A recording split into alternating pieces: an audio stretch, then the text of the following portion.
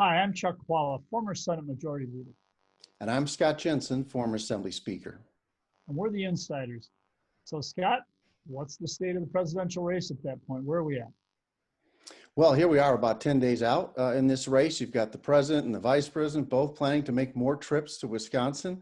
I think they're doing that, frankly, because the Democrats have more resources than the Republicans do. So the Republicans, in order to match television time with Biden, the Republican candidates have to generate free media. So they're going to keep coming to the state, trying to get earned media attention.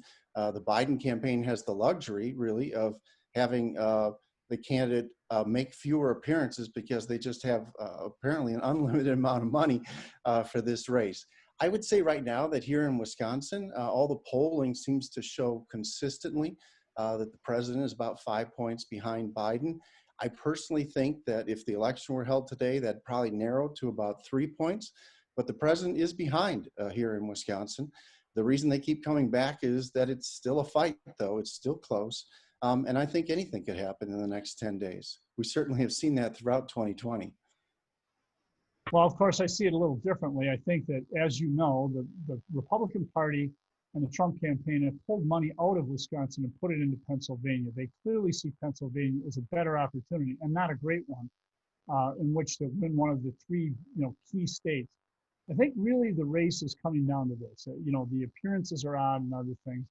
I would say the president, I think, is down by about 6 here, and I don't think it's moving in the right direction for him.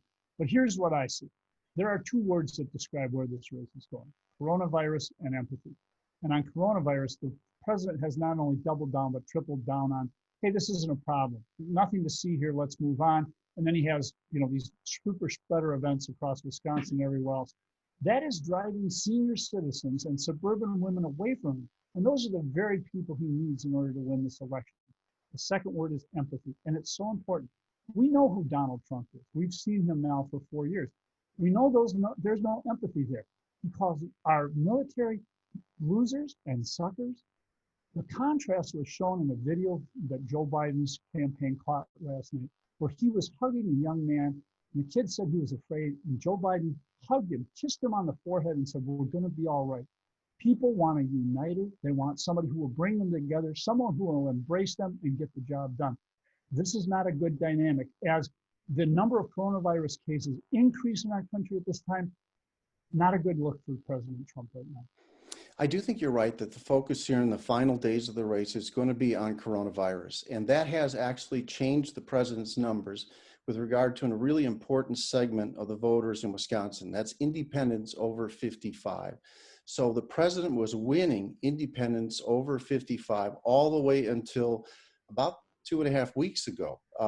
And now those numbers have flipped, and Biden is winning older independents. The president's scrambling to find a way to win those folks back. And I think that's what the battle will be over the next 10 days is, can the president get back the older independents that he had for almost all of this race, but lost a couple of weeks ago?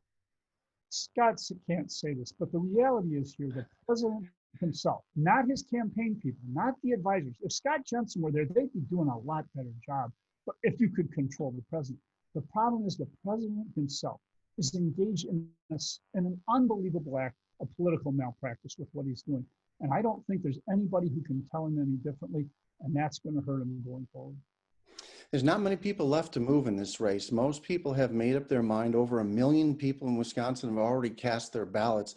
And so they're really chasing a small number of people left. But when the race is this close, it's important to keep swinging until they ring the bell. Sounds good. We'll see you next time.